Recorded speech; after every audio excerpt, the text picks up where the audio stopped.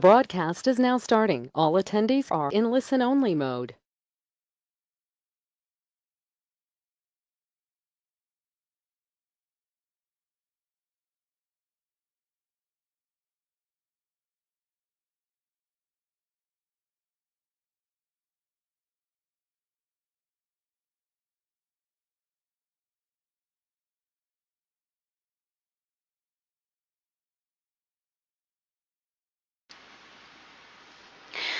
Thank you all for joining us today for our webcast, Amend Your Charter to Add a Practice Setting. My name is Amy Wall, and I'm a Chapter Development Specialist here at Sigma. And today we're going to talk about how practice settings can officially become part of your chapter. Before we get started, I want to let you know how you can connect with me and other listeners during our webcast. If you go to your GoToWebinar control panel and open that up, you can send a message through the questions feature. You can send a message to just me or to all the attendees, and I will do my best to address those questions and messages either at that time in the presentation or at the end of the presentation when we have some time for questions.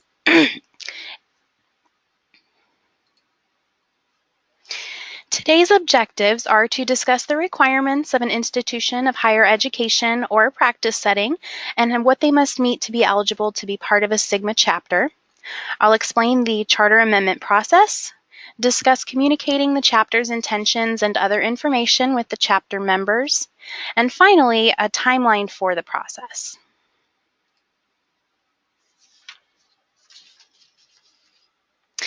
In case you haven't noticed, Sigma uses a lot of abbreviations, and you may see or hear a few of those during my presentation. So Sigma is Sigma Theta Tau International. SON is what we use to refer to a school of nursing, college of nursing, or an institution of higher education. PS stands for practice setting. And the rest I'm sure you're pretty familiar with. If I use any acronyms or abbreviations that you don't recognize, please feel free to send me a chat, or you can also use the raise hand feature and I will stop to address that.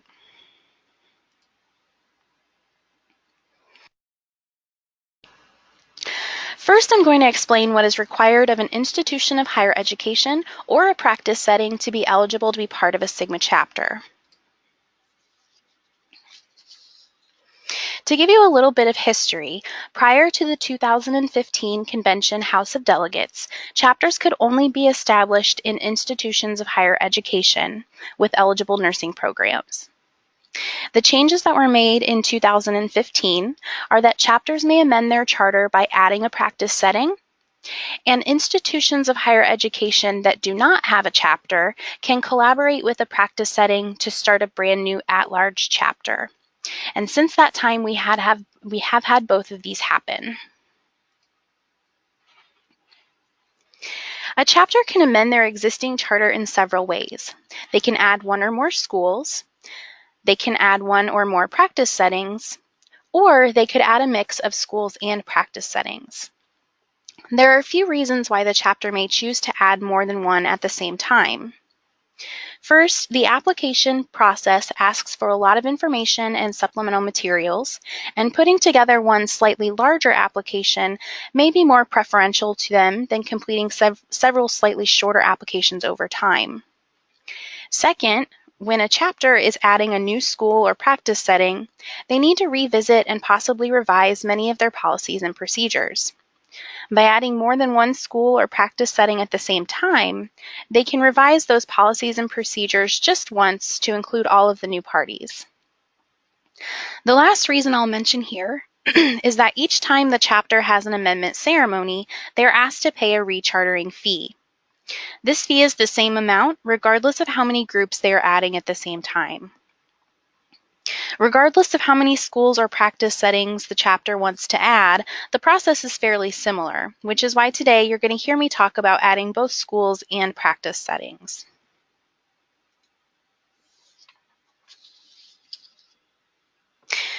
So now we'll talk about the minimum requirements for a school of nursing to be eligible to be added to a Sigma chapter, and then we'll compare that to the minimum requirements for the practice setting. Both the joining school and practice setting must be accredited by an appropriate accrediting body that is approved by the International Governance Committee. The school must offer a minimum of a baccalaureate degree or the equivalent in nursing, and practice settings must employ professional nurses who hold a BSN degree or equivalent or higher. A school must have their own dean or the equivalent, while practice settings must have their own CNO. I'm going to discuss this point in more detail in just a few slides. A new school wishing to join the chapter must have support from the university administration and the head of the School of Nursing. And a practice setting must have support from the practice setting administration as well as the CNO. Any schools or practice settings that are already officially part of the chapter will also have to demonstrate support. The university administration and heads of each school of nursing that are already part of the chapter must give support to have the joining school or practice setting join the chapter. If the chapter already includes a practice setting and wants to add additional schools or practice settings, the existing chapter practice setting would also provide support from their administration and CNO.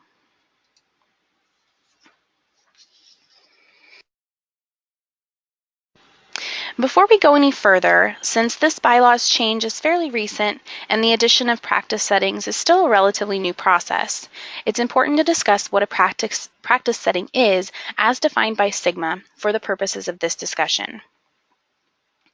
A practice setting is an environment in which nursing care is given by a registered nurse in a clinical practice where healthcare services are provided to individuals and communities. This could include a variety of structures, such as large healthcare systems, single hospitals, clinics, surgery centers, nursing care centers, or others. As we look at what constitutes as a single practice setting, we've made some further designations. A practice setting must have its own chief nursing officer or head nurse. If one CNO oversees one hospital and 4 surrounding clinics, those are all considered as one single practice setting, with the clinics serving as satellite locations. To relate this to something that we may be more familiar with, let's consider one school with multiple campus locations, but only one dean of their nursing programs. Chamberlain College of Nursing, which established the Phi Pi chapter, they have multiple campus locations that have nursing programs, but there is only one dean of the nursing programs that oversees all of the locations. Therefore, all of the campuses are considered satellite campuses, and the Phi Pi chapter is still considered a standalone chapter. Now let's look at an example of how this would translate to the practice setting. Johns Hopkins Health System has 6 separate large hospitals within the system. Each hospital has their own CNO, and therefore each hospital is considered as a single practice setting. If this chapter wanted to add all 6 hospitals, they would be adding 6 separate practice settings. Any affiliated clinics, rehab facilities, or doctor's offices would be considered part of the practice setting where the overseeing CNO is located. Another example is the first SGMA chapter to add a practice setting, which was Kappa Zeta at large, and they added Maine Medical Center. Maine Medical Center has 3 larger hospital campuses, but all of them are managed under one chief nursing officer. Therefore, they were considered as one practice setting with satellite locations.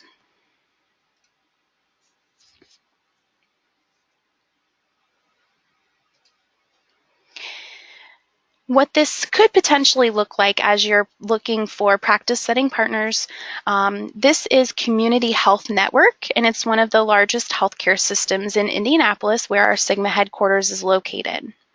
As you can see here, they have 9 hospitals, and then they also have 103 associated clinics, diagnostic, and specialty centers. So as chapters and developing honor societies are looking at the process of adding a practice setting, there will need to be considerations made as far as what other non-hospital sites may fall under the CNO for the hospital, and if there are multiple CNOs over the hospitals that you're looking to add.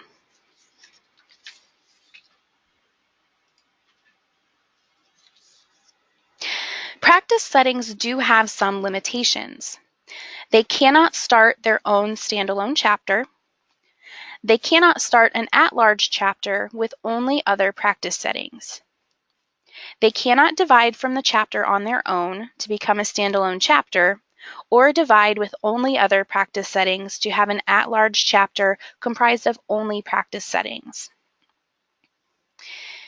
Practice setting can be part of an at-large chapter with at least one institution of higher education. A single practice setting cannot join multiple chapters.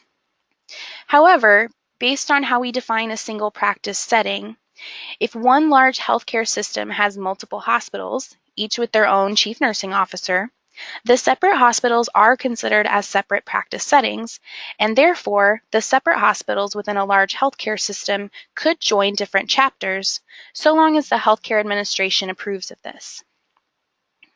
We will discuss considerations for adding large healthcare systems in large cities and urban areas shortly. So now that we've discussed who's eligible to be added to the chapter, let's look at what the process will be.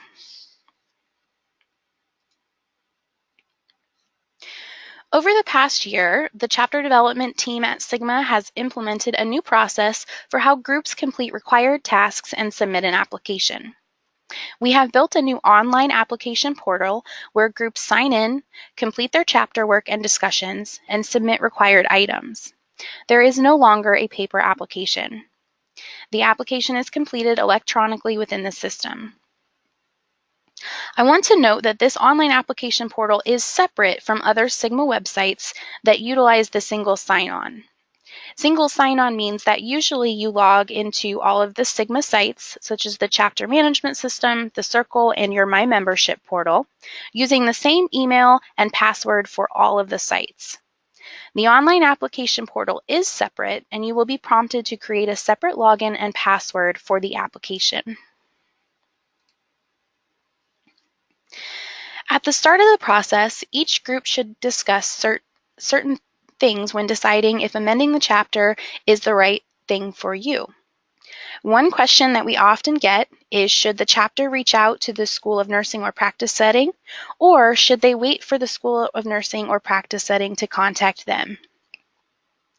If a chapter is interested in asking a School of Nursing or practice setting to officially join the chapter, then the chapter leadership should make the initial contact.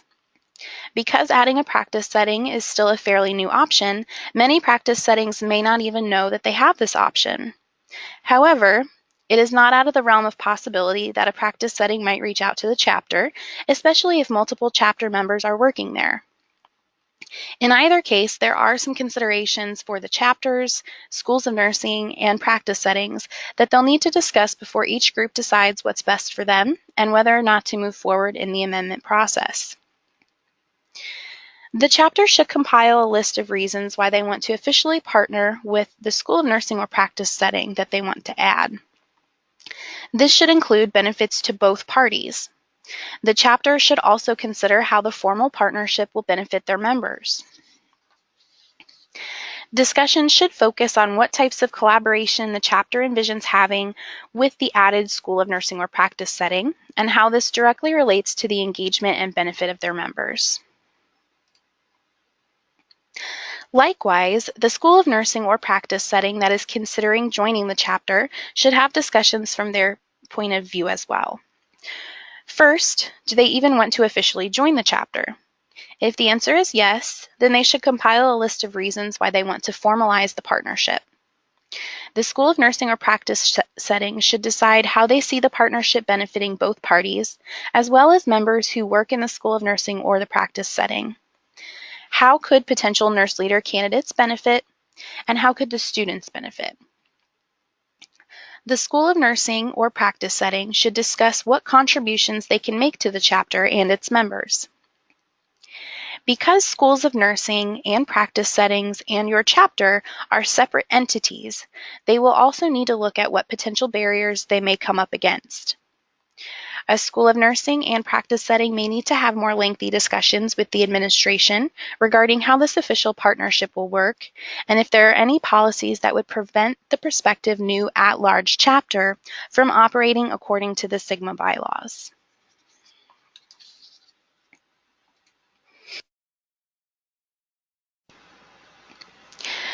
One discussion that commonly arises is about large urban areas where there are multiple chapters, multiple schools of nursing, and multiple practice settings. The concern usually revolves about the perception that could come about from a school of nursing or practice setting choosing to join one chapter when there are multiple chapters in close proximity. The most common concerns are the ways in which other schools of nursing, practice settings, or chapters in the area would perceive the partnership, how other practice settings would view the partnership, and if there could be a perception of favoritism. In an urban setting, the students from schools of nursing may go to multiple practice settings to complete their clinical hours. Additionally, practice settings may have students from multiple schools coming in. If one practice setting joins one chapter, what would that mean for students who come to that practice setting from other schools that are not part of that chapter? In a smaller city or town where there is only one school of nursing and only one or a few practice settings, the partnership may seem more beneficial because there is already more of a one-on-one relationship between school of nursing whose students only go to one hospital to complete their clinicals. This at-large chapter structure model, to include schools of nursing and practice settings, is not the best option for all Sigma chapters. Any chapter or new group wanting to start this type of chapter will need to consider their surrounding areas and make the decision as to whether or not they think adding a school of nursing or practice setting will work for their chapter without creating competition or tension among other schools of nursing, practice settings, and chapters in the area. There is no rule against collaboration happening or continuing between a chapter and a school of nursing or a chapter and a practice setting. If a formal amendment is not the ideal option, groups can still collaborate with each other frequently without officially adding the school of nursing or practice setting to the chapter.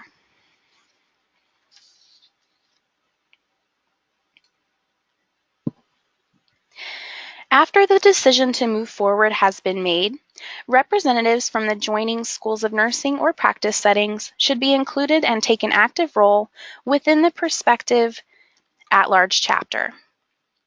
The first leaders from the school of nursing or practice setting can be appointed by the chapter's board. According to the Sigma bylaws, the practice setting will be required to appoint or elect a counselor to assist with nurse leader recruitment and engagement at the practice setting. The counselor representing the practice setting is not required to be a faculty member or hold any certain position within the practice setting. They must just be employed there.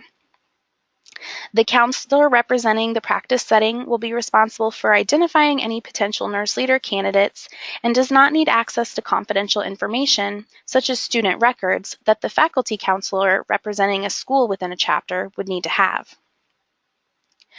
We recommend appointing or electing a vice president to represent each school and practice setting involved with the at-large chapter to further help with program planning and development. This is not required, however, it does help delegate responsibility, especially when planning programs or events at the different locations. Members from all schools and practice settings should be considered eligible for all leadership positions. The Leadership Succession Committee should start including members from the practice setting into future election ballots, and the board should consider them for appointed positions.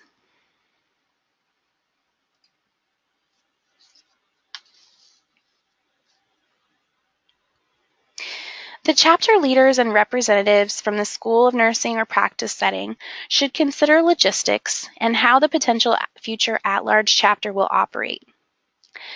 The first is physical distance between the entities involved within the potential chapter. Will student members want to travel away from campus to attend events at another school or practice setting or another neutral location? For some universities, this won't be a problem because most students are non-traditional. However, some traditional students who live on or near campus may not have a mode of transportation to get to an off-campus event. Similarly, will members from the practice setting or non-student members in general want to travel to the campus for events? Many chapters are in a position where they are having to migrate more and more events or programs to a virtual setting or holding in-person events with a virtual component. Each group should look at their member demographics and continue to offer benefits to all of the member types. This leads into talking about where, when, and how of the events. Rotating events between the different locations can help members not feel like they are always the ones traveling. There may be a neutral location in between the various schools and practice settings that could offer another option. However, that may cost the group more to rent the space. In thinking about focusing more on nurse leaders in the practice setting, you should consider the nurses who work night or weekend shifts. If you always schedule events for Saturday afternoon or on a Wednesday at 6 p.m., what is the likelihood that an overnight nurse would be able to attend the events? Similarly, many students in non-traditional BSN, MSN, and DNP programs are also working. It may be harder if they're working every Saturday to be able to attend an event if that's when you hold the majority of them. Is there a way now, between the chapter and the practice setting, that you can better provide benefits to these members?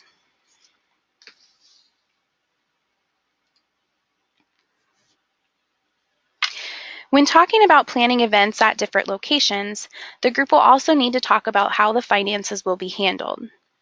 Will the leaders or planning committee need to submit an event budget? Will there be a different team to plan events at each different location?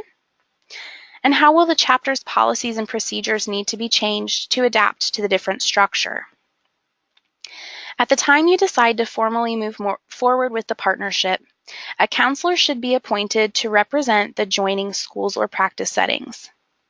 The chapter may or may not have an upcoming election, so rather than holding a special election, the board can appoint the first counselor position for the joining groups. The board can also appoint an optional vice president to represent the joining groups, in addition to the sitting vice president. The Leadership Succession Committee should start looking at the potential pool of leadership candidates they have for representatives of all the different membership types, including students and nurse leaders, those that work at the practice setting, schools of nursing, and those that work elsewhere. One reason some chapters are considering adding a practice setting is to bring in more potential leaders and volunteers, in addition to the faculty members at the universities. The Leadership Succession Committee should begin to find and cultivate new potential leaders from the new members that will be recruited from the joining groups.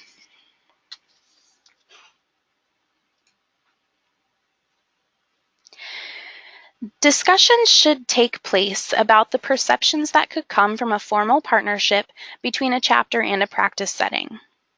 Members' perceptions are an important consideration to make before coming to a final decision. As a part of the amendment process, the members will be given a chance to vote for or against the amendment of the chapter. However, asking members from different segments of the membership for their thoughts before the member vote will be helpful in considering what the member's viewpoint might be. The board will want to consider what the student members, members working in the practice setting, and other members who don't fall into those categories, what they think about the partnership. This may give the board additional questions or ideas that they hadn't considered yet. And finally, we briefly talked about this already, but by shifting the focus to serving all types of members, including students, nurse educators, those working in the practice setting, nurse researchers, community nurses, and retired nurses, what will the chapter do to ensure that they are going to be able to provide member benefits to those members who don't work a traditional schedule? Especially in large hospitals, you may have a large group of members who are working third, second, swing, or weekend shifts. How will the at-large chapter work to increase engagement among those members?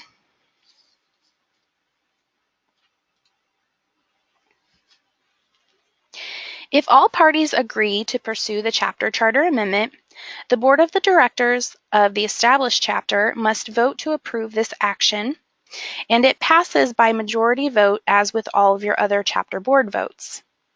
The chapter should document this vote in the meeting minutes, including the date that the board voted to amend the chapter, the number of board members present, the number of votes to approve the amendment, the number of votes to not approve, and any voters that abstained.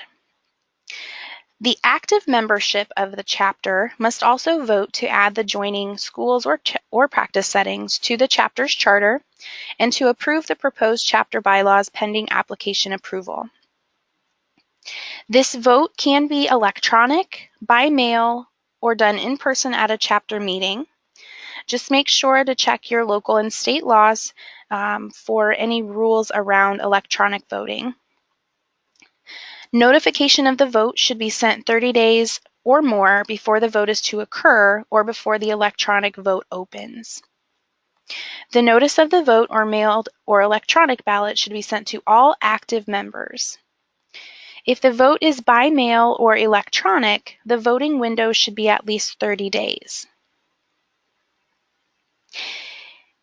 The vote must have 3/4 of the ballot returned in favor of the amendment. If the vote is done at a chapter meeting, 3/4 of those present and voting must vote in favor. If you do not give 30 days notice, 100% of the returned ballots must be favorable. That means if no notice is given, unanimous approval is required.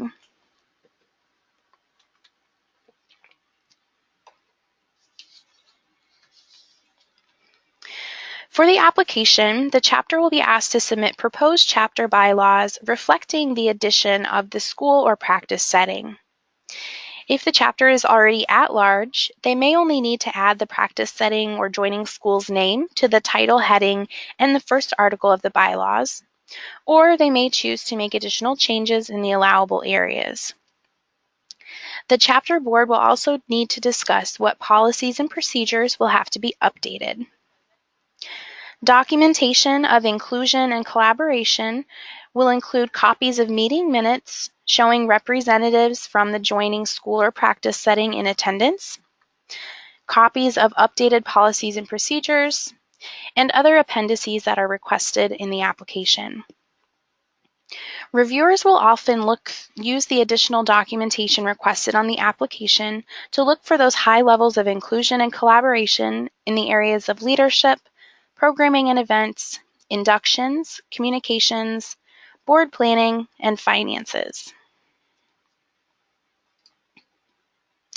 We've already discussed some ways that the chapter should communicate with their members about the potential amendment, including asking various segments of membership for their thoughts and completing the membership vote.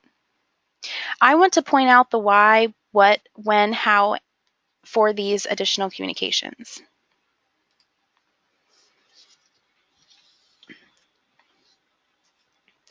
As soon as the board has voted favorably and has at least verbal support from all of the involved parties to move forward, they should start communicating about the collaboration, the process of amending the chapter, and the upcoming member vote. The communication should be targeted at all active and inactive members, as well as any potential future members. The chapter should prepare an explanation of the intention or rationale for the amendment, the potential timeline for the member vote, as well as any potential timeline for the application, approval, and charter amendment ceremony. Sigma staff can assist the chapter in drafting messages explaining the rationale, process, and timeline. It is important that the members understand how the change will affect the chapter and their membership experience. The communication should not just say that the chapter board has voted to approve and now you have to vote to approve as well, but it should explain why the chapter board decided to move forward and what the members' yes vote will do to the outcome.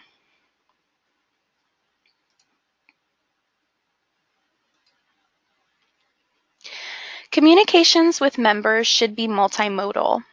You can put announcements on the Circle site, in the chapter newsletter, and announce it in person at informational meetings or chapter events. The chapter should also communicate at the School of Nursing or practice setting by posting flyers or asking the school or practice setting to announce the collaboration in their newsletter. Engage your members who already work at the joining school or practice setting to promote the collaboration to their colleagues as well. Be sure to check the joining school or practice setting policies and get approval for any type of flyers or communications you'd like to distribute.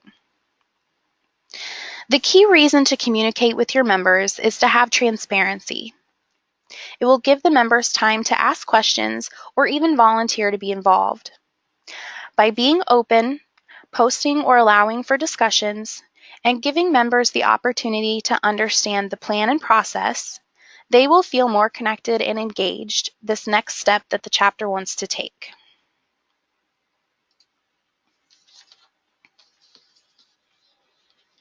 So finally, I'll go through the timeline for the process. Keep in mind, this is based on minimum timeframes, and the process can take longer depending on a variety of factors. At the end of the process, when you're ready to submit the application, there should be an equal partnership among all schools or practice settings involved in the new potential at-large chapter, with a strong focus on collaboration. For 6 or more months, all groups should demonstrate an ability to work together and document efforts as evidence of this collaboration. Reviewers will expect high levels of inclusion and collaboration in the areas of leadership, programming and events, inductions, communications, board planning, and finances. Supporting documentation submitted with the application should reflect this. The application preparation can take about 2 to 4 weeks, during which time the chapter will meet with staff to review the drafts, receive feedback, make revisions, and provide clarification as needed.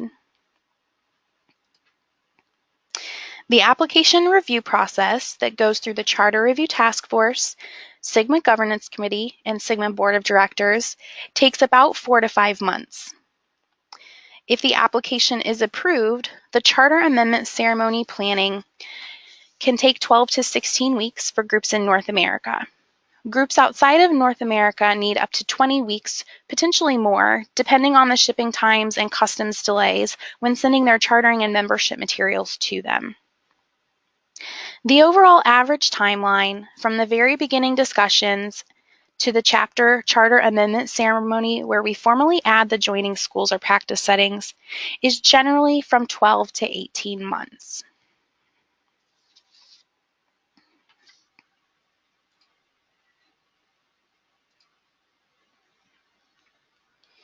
If you have any questions at this time, you can go ahead and type them into the chat box or raise your hand and I will unmute your line.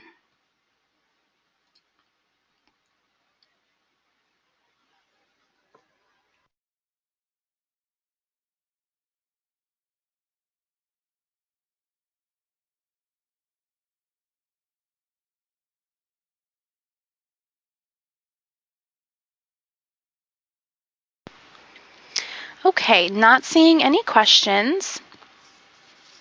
For more information, we do have this on the Sigma website in the Start a Chapter section. This is something that you won't go to the All Chapter Officers work group actually, unless you wanted to view the slides and a recording from this presentation. Those will be in the All Chapter Officer work group.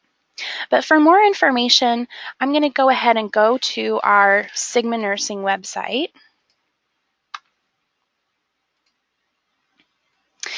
And this is the Sigma Nursing homepage. And up at the top, there's a quick link for chapters. On this page, it will give you links to the All Chapter Officers work group, chapter awards, the chapter management system, and then the very last one is Start a Chapter section. If you would like to submit a consultation request to have a one-on-one meeting with myself or someone from my team, you can use the Submit a Consultation Request button here, and that will actually take you into the online portal system and ask you to create an account and also to fill out the consultation information. It gives the minimum requirements for a school of nursing or practice setting to start a chapter. These are the same as if they wanted to join an existing chapter.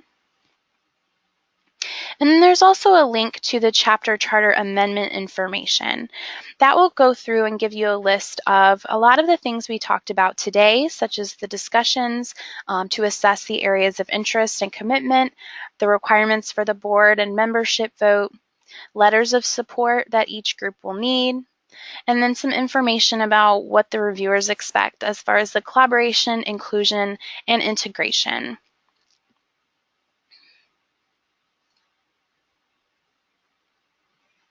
If you aren't quite ready to get started, you can also email us at developinghs@sigmanursing.org, and that comes to our team's email inbox, and we can communicate with you that way as well.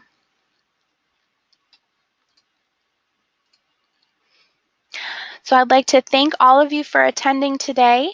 I will go ahead and hang on the line here for a few more minutes just in case anyone does have any last minute questions. Otherwise, I hope you all have a wonderful weekend.